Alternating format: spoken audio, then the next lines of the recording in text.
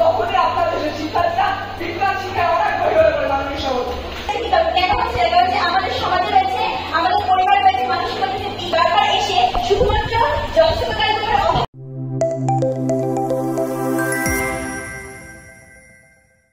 আনার জন্য আপনার কারিকুলামে দোষটা ছিল। এরপরে মাননীয় সভাপতি বাংলাদেশ এবং বিশ্বের অবস্থান তথ্যসূত্র প্রথম জানা যায় আর আমাদের যে আর্থসমাজে দুর্বলতার কথা বিজ্ঞান যার মধ্যে ঝুঁকছে না সেই প্রেক্ষাপটে আসলে যখন কারিকুলাম এবং বিজ্ঞান তোমরা বলে বাসায় করে আর যখন বলে পরীক্ষণের কথা বলে ব্যবহারের ফলে মানে মডারেটর আমাদের বাংলাদেশের কারিকুলামে বুঝে ভিতরে সংযুক্ত থাকে আমাদের উপস্থিতার ধ্যান করে শিক্ষার প্রতি আগ্রহী করে তোলে।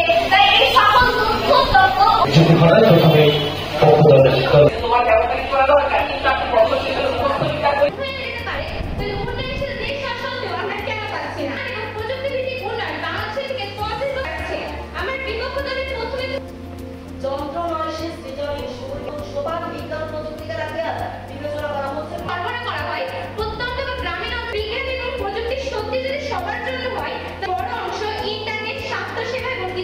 আমার জীবনের দিকটি বলতো দুই খেলাধুলার সমস্ত লিখন গ্রামীণ প্রথম এই আপনার আমরা সে দেশে কি করে একজন অভিভাবক এটি সামান্য বেতন সংগ্রাম করে অপরাধকে বেঁধে দেওয়া, এটা কিন্তু এখানে এই সুযোগ দিকে নেক্সট ভিতরে এটা অবশ্যই চলবে।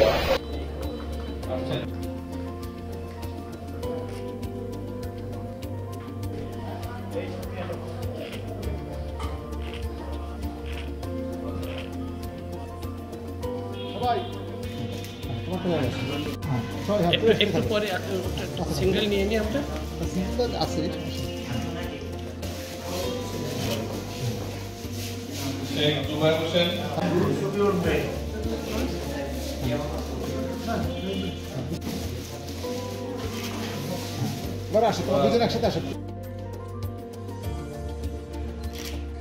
আমি চমৎকারী আয়োজনের জন্য আমি সত্যি নিজেকে গর্বিত মনে করছি। আমরা তো অনেক ইয়েতে গিয়ে কথাবার্তা বলি, কিন্তু এই ধরনের একটা প্ল্যাটফর্ম আমি প্রথম এই খুলনাতে দেখলাম। আমি তো সব প্রোগ্রামে যাই, আমার কাছে খুবই ভালো লেগেছে।